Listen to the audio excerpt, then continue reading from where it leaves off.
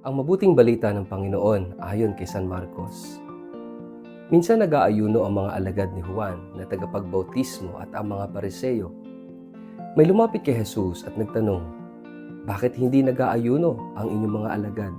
Samantalang ang mga alagad ni Juan na tagapagbautismo at ang mga Pariseo ay nag-aayuno." Sumagot si Jesus, "Dapat bang mag-ayuno ang mga panauhin sa kasalan habang kasama pa nila ang lalaking ikinasal? Hindi. Hanggat kasama nila ito, hindi nila gagawin iyon. Ngunit darating ang araw na kukunin mula sa kanila ang lalaking ikinasal at saka sila mag-aayuno. Walang nagtatagpi ng bagong tela sa isang lumang damit sapagkat kapag umurong ang bagong tela, mababatak ang tinagpian at lalong lalaki ang punit.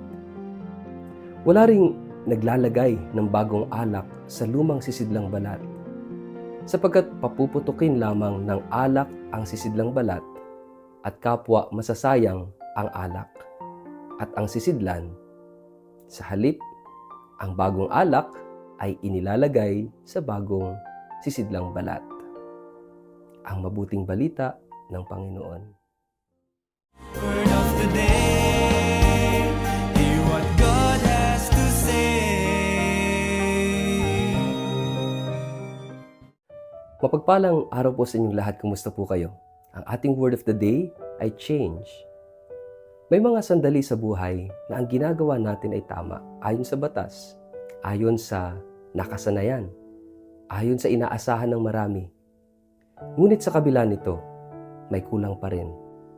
May pakiramdam na may hinihingi ang buhay na higit sa ritual, higit sa forma, higit sa nakagawi ang pagsunod. Ito yung tensyon na binubuksan ng ating gospel ngayon. At isang salita ang humahawak sa kabuuan ng mensaheng ito. Change o pagbabago. Tinanong si Jesus kung bakit ang kanyang mga alagad ay hindi nag-aayuno samantalang ang mga alagad ni Juan at ang mga Pariseo ay nag-aayuno. Sa tanong na ito, hindi lang usapin ng pagkain ang nakataya. Usapin ito ng kahulugan. Ang pag-aayuno ay isang banal na gawain, tanda ng pagsisisi at paghihintay. Ngunit ipinakilala ni Jesus ang isang bagong sandali sa kasaysayan. Narito yung nobyo. At habang narito ang nobyo, hindi panahon ng pagdadalamhati kundi panahon ng kagalakan. Hindi sinisira ni Jesus ang pag-aayuno. Binibigyan niya ito ng tamang oras at lalim. Sinasabi niya na darating ang panahon na aalis ang nobyo. At sa panahong iyon, mag-aayuno ang mga alagad. Ang pananampalataya ay may ritmo. May oras ng kagalakan at oras ng pagninilay. May panahon ng kasiyahan at panahon ng pagbitaw.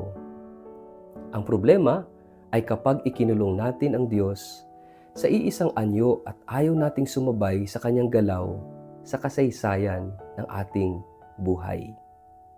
Dito po pumapasok ang dalawang larawang ginamit ni Jesus.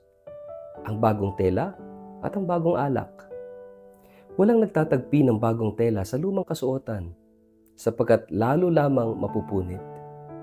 Walang naglalagay ng bagong alak sa lumang sisidlan sapagkat sasabog ito. Ang mensahe ay malinaw. Ang bagong biyaya ay nangangailangan ng bagong sisidlan. Ang pagbabago na dala ni Jesus ay hindi cosmetic. Ito'y panloob. Hindi sapat ang bahagyang ayos kung ang mismong balangkas ng buhay ay hindi handang tumanggap ng bago. Sa isang mas malalim na pagtingin, ito yung hamon sa ating panahon. Marami sa atin ang nais, ang bagong biyaya ng Diyos, kapayapaan, paghilom, direksyon, kagalakan. Ngunit nais pa rin panatilihin ang lumang sisidlan. Lumang galit, lumang takot, lumang bisyo, lumang paraan ng pagtingin sa sarili at sa kapwa. Gusto natin ng bagong alak ng pag-asa. Ngunit ayaw nating bitawan ang lumang kontrol.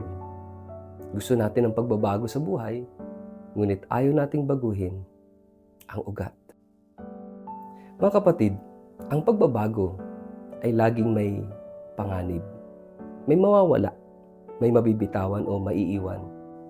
May masasanay na kailangang iwan o yung mga nakasanayan. Kaya't hindi ka takataka na may pagtutol, may mga tanong, may pagdududa. Ngunit ang Ebanghelyo ngayon, nagsasabing ang pananampalataya ay hindi pag-iingat sa lumang sisidlan, kundi tapang na maghanda ng bago. Ang tunay na kabanalan ay hindi pagkapit sa forma, kundi sa pagiging bukas sa Espiritu. Hindi rin sinabi ni Jesus na masama ang luma. Ang luma ay naglingkod sa isang panahon.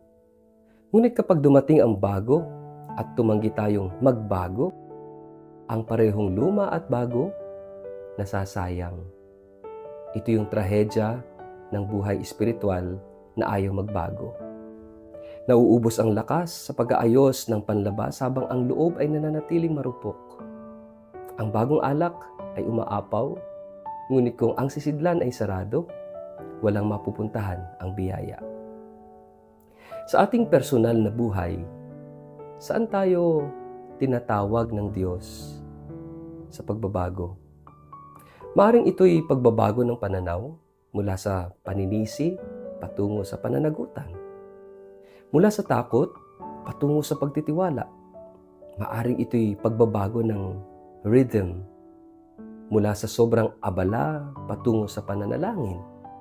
Mula sa ingay patungo sa katahimikan. Maaaring ito ay pagbabago ng ugnayan, pagpapatawad, pakikipagkasundo, o paglalagay ng tamang hangganan. Anuman ang anyo, ang pagbabago ay hindi optional kung nais nating manatiling buhay ang pananampalataya. May isa pang mahalagang paalala ang Ebanghelyo. Ang pagbabago ay hindi pagmamadali. Ang bagong alak ay kailangang ilagay sa bagong sisidlan. Handa, maluwag, matibay. Ibig sabihin, ang pagbabago ay proseso. May pagkatuto, may pagkakamali, may pagbangon. Hindi ito bigla ang perpekto, ngunit unti-unting totoo. Ang mahalaga ay ang bukas na puso. Pusong handang magpalit ng sisidlan kapag hinihingi ng Diyos. Sa antas ng komunidad at simbahan, ang Ebanghelyong ito ay paalala rin. Ang mabuting balita ay laging bago. Ngunit ang mga anyo ng pagpapahayag nito ay kailangang patuloy na iangkop upang maabot ang mga tao ng kasalukuyang panahon. Kapag mas iniingatan natin ang sisidlan kaysa sa alak, nawawala ang layunin. Kapag mas minahal natin ang forma kaysa sa tao, nalalayo tayo sa puso ng Ebanghelyo. Mga kapatid, sa huli, ang tanong ay simple, ngunit mapanghamon. Handa ba akong maging bagong sisidlan? Hindi lang handang tumanggap ng bagong biyaya, kundi handang baguhin ang sarili upang maging karapat-dapat na sa biyayang iyon. Sapagkat ang Diyos ay laging nagbibigay ng bago. Bagong umaga, bagong pagkakataon, bagong simula.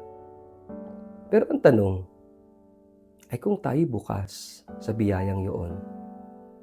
Mga kapatid, ano yung bagong alak ang nais ibuhos ng Diyos sa ating buhay ngayon? At anong lumang sisidlan ang kailangan nating baguhin o bitawan na? Sa ngalan ng Ama, ng Anak at ng Espiritu Santo.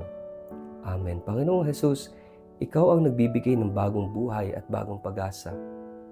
Linisin mo ang aming puso at gawin mo kaming bagong sisidlan na handang tumanggap ng iyong biyaya.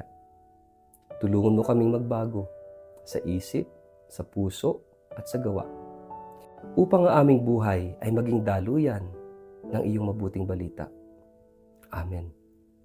Pagpalain po kayo ingatan ng makapangyarihang Diyos, Ama at Anak, Espiritu Santo. Amen.